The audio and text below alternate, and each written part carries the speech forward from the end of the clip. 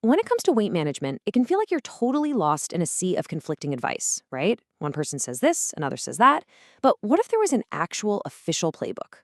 Well, in this explainer, we're going to cut right through all that noise and break down the evidence based guide for doctors, the one developed by the nation's top experts at the National Institutes of Health. So, to really get why this guide was so important, we have to start with this one number: 97 million. Think about that. That was the estimated number of adults in the US who were overweight or obese when this foundational report first came out. It's a staggering public health challenge that just demanded a clear, unified response based on actual evidence. And here's the real kicker, stated right in the guide's foreword. It wasn't that doctors on the front lines didn't care, it was that they needed better tools, a clear, evidence-based roadmap. So the NIH got 24 top experts together. We're talking everyone from nutritionists to psychologists to finally build that exact roadmap. So this is the big question, isn't it? The one the whole guide was built to answer. It lays out a step-by-step clinical journey, from the very first assessment all the way to long-term success. So for the next few minutes, we're going to follow that exact path together and see what the official recommendations really are. The guide starts by, well, sounding the alarm. Because this was never just about weight, it's always been about health. The evidence is just crystal clear. Being overweight or obese massively increases the risk for a whole host of serious conditions. We're talking hypertension, type 2 diabetes, heart disease, stroke, even some cancers. That's the wake-up call. Okay, so where does a doctor even start? The very first step in this whole clinical journey is a proper assessment. And according to the guide, it's not just about what the scale says. No, it hinges on two key measurements that, together, give a much, much fuller picture of a person's health risk. The first number is one you've probably heard of: body mass index, or BMI. It's basically a simple calculation of your weight in relation to your height, and the guide uses it as the main screening tool. Specifically, it says, look, weight loss therapy is a good idea for anyone with a BMI of 30 or higher, or for those in the 25 to 29.9 range who also have other health risk factors going on.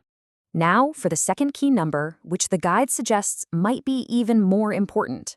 It calls waist circumference the most practical tool a clinician can use to check on a patient's abdominal fat. I mean, it's simple, it's quick, and wow, it reveals a lot. And this right here shows why that little tape measure is so critical. See, the fat that collects in your abdominal region, you might hear it called visceral fat, it's the stuff that surrounds your vital organs, and it carries a much greater health risk than fat you might have elsewhere. The guide makes it clear this is an independent risk predictor. That means it's a concern even if someone's BMI isn't super high. Together, these two numbers, BMI and waist circumference, create the starting point for any treatment plan. Okay, so once the assessment is done and it's clear that weight loss is the goal, what's the actual game plan? The guide is incredibly clear about this. The entire treatment strategy is built on three core interconnected pillars. And here they are: dietary therapy, physical activity, and behavior therapy. Notice it's not just one or the other. The official recommendation is a comprehensive approach that combines changing what you eat, how you move, and, just as important, how you think about those changes. Let's dig into each one. All right, first up, diet. We see labels like reduced fat or fat-free plastered all over the grocery store, and it's so easy to just assume they're automatically the better choice for weight loss. But the guide, it urges us to take a closer look. And here's that reality check. While, yeah, reduced fat foods can have fewer calories, the difference is often way smaller than you'd think. The guide is super explicit here, warning that reducing dietary fat without reducing calories will not produce weight loss. So, the big takeaway? Calories count. That's what really matters. Now, let's move on to the second pillar: physical activity. And the guide makes a really powerful point here. You do not need a gym membership. A moderate amount of activity can be woven right into your everyday life, as you can see from all these examples. The real focus is on just making movement a consistent part of your routine. And that brings us to the third pillar, behavior therapy, which is kind of the glue that makes those diet and activity changes actually stick.